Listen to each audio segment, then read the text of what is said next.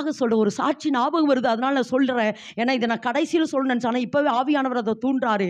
ஒரு குறிப்பிட்ட மாவட்டத்தில் ஒரு நான் ஏற்கனவே இதெல்லாம் சொல்லி இருக்கிறேன், ஆனாலும் உங்களுக்கு ஒரு ஒரு ஒரு இன்னும் ஒரு உந்துதலாக இருக்கிறதுக்காக ஆமாம் உங்ககிட்ட இந்த சாட்சியை சொல்கிறேன். ஒரு இருந்தா அவள் வந்து 10ஆம் கிளாஸ்லேயே ஏசப்பாவை ஏற்றுக்கொண்டுட்டான். 10ஆம் கிளாஸ் படிக்கிற பொழுது ஏசப்பாவை ஏற்றுக்கொண்டான்.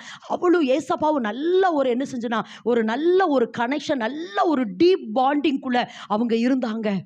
அதாவது அவ எப்போ ஜோமனு உட்கார்ந்தாலும் ஏசப்பா பேசுவார், மகளே இதுக்கு ஜோமனு, அதுக்கு ஜோமனு, அப்படி ஜோமனு அப்படின்னு சொல்லுவார். இவ்வளவு ஜோமனிட்டே இருப்பா, ஜோமனிட்டே இருப்பா, ஜோமனிட்டே இருப்பா.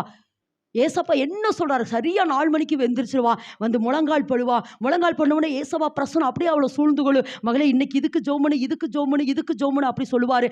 அவளும் அப்படியே ஜோமனுமா 4 மணிலேருந்து 6 மணி வரைக்கும் ஜெபிப்பா. அப்புறம் அதுக்கப்புறம் எழும்பி தான் வேலைகளை செஞ்சுட்டு அவள் ஸ்கூலுக்கு போயிடுவா. இப்படியே ரெகுலராக அது இருந்துகிட்டே இருந்துச்சு. அப்போ இவள் +2 முடிஞ்சா, இவளுக்கு ரொம்ப ஆசை மிஷினரி ஸ்தலத்தில் போய் ஊழியம் பண்ணணும்னு சொல்லி இவளுக்கு ரொம்ப ஆசை. அப்போ ஒரு 2-3 மிஷினரி ஸ்தலங்களுக்கு அவள் என்ன செஞ்சானா, அப்ளிகேஷன் அனுப்புனா, நான் வந்து இப்படி மினிஸ்ட்ரி பண்ணுறேன், எனக்கு மினிஸ்ட்ரி செய்ய ஆசை, எனக்கு அதனால் உங்களுடைய இந்த என்ன சொல்கிறது, உங்களுடைய ஊழியத்தில் நீங்கள் என்ன செய்யுங்கன்னா என்னை வந்து சேர்த்திக்கிங்க, நான் வந்து ஊழியம் பண்ணுறேன் அப்படின்னு நிறைய ஸ்தலங்களுக்கு அப்ளிகேஷன் போட்டான். ஆனால் எல்லாருமே இவளுக்கு சொன்னது என்ன, ஒரு டிகிரியாவது நீங்கள் முடிச்சிருக்கணும், ஒரு டிகிரியாவது நீங்கள் முடிச்சிருக்கணும். எல்லாருமே இவளுக்கு ரிட்டன் லெட்டர் வந்துட்டே இருந்துச்சு. இவ ரொம்ப ஆசைப்பட்டா, அது கிடைக்கலனால இவ விரக்தி ஆயிட்டா. விரக்தி ஆன உடனே இவ என்ன சொல்லிட்டானா, ஏசப்பாவை பார்த்து சொல்லிட்டா, இனி என்னை கூப்பிடாதீங்கன்ட்டான். ஏசப்பாவை பார்த்து இனிமேல் நீங்கள் என்னை கூப்பிடாதீங்க, நான் ஜெபிக்க மாட்டேன், வேதத்தை வாசிக்க மாட்டேன் அப்படின்னு இவ சொல்லிட்டான். ஆனாலும் ஏசப்பா விட்டாருன்னு நினைக்கிறீங்களா? விடல. எப்பவும் போல அதிகாலையில் போய், மகளே தூங்கிட்டே இருக்கிற 4 மணிக்கு போய் எழுப்புறாரு, எந்திரி மகளே எந்திரி அப்படின்னு சொல்லி எழுப்புறாரு. இவன் என்ன பண்ணிட்டா, திரும்ப இந்த பக்கம் படுத்துட்டா.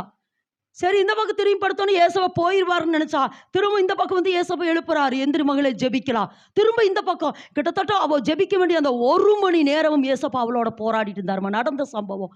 1 மணி நேரம் அவளோட போராடினாரு. போயிட்டாரு ஏசப்பா.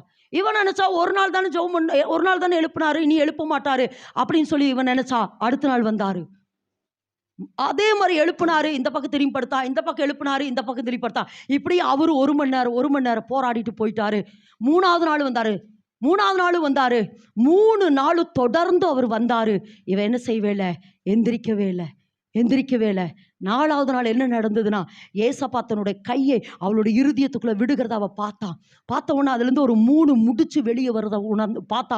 அவ அப்படியே பார்க்குற அந்த விஷயம்ல என்னன்னா, ஒன்று அவன் மேலே, அதாவது நம்ம நினைக்கிற ஜாக்லினே சொல்கிறேன், ஜாக்லின் நினச்சிக்கிற, நீ பிரசங்கம் பண்ணுற, நீ பெரிய ஒரு ஆள், என்னையும் நான் திட்டிக்கிறேன். ஆமாம், நீ பெரிய பிரசங்கம் பண்ணுற, நீ நல்லா பிரசங்கம் பண்ணிக்கிற, நீ நல்லா பேசுகிற, நீ நல்லா பாடுற, கிடையாது.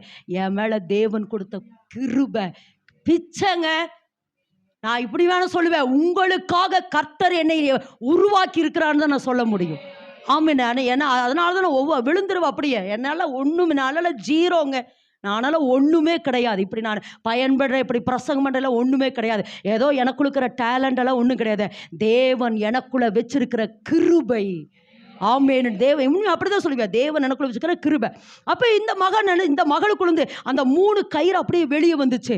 ஒன்று தேவன் அவளுக்குள் வச்ச கண்ணீரின் அபிஷேகம், 2வது தேவனை நேசிக்கிற அந்த அபிஷேகம், 3வது விசுவாசத்தினுடைய அபிஷேகம். அந்த 3 முடிச்சு அவள் இருதயத்திலிருந்து வெளியே வந்த அடுத்த நிமிஷம் அவள் பைத்தியமாக்கப்பட்டுட்டான். நடந்த சம்பவம்.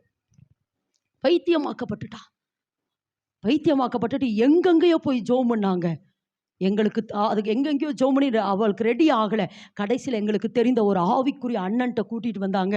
அப்புறம் அண்ணன்ட்ட தான் ஆண்டவர் இவ்வளோ காரியங்களை பேசினார், இப்படிமானா. அப்போ அதுக்கப்புறம் தான் ஆமாம், அவங்க அம்மா சொன்னாங்க, ஆமாம் இதெல்லாம் உண்மை நடந்தது அப்படிங்கிற பொழுது, இன்னைக்கு ஒப்பு கொடுங்க ஆண்டவரே, நீங்கள் எத்தனையோ நாள் என்னை கூப்பிட்டு, நான் ஆண்டவரே எத்தனையோ நாள் என்னை எழுப்பியும் நான் எழும்பாதது நிமித்தமாக தான் என் வாழ்க்கையில் வந்த சிறையிருப்பு.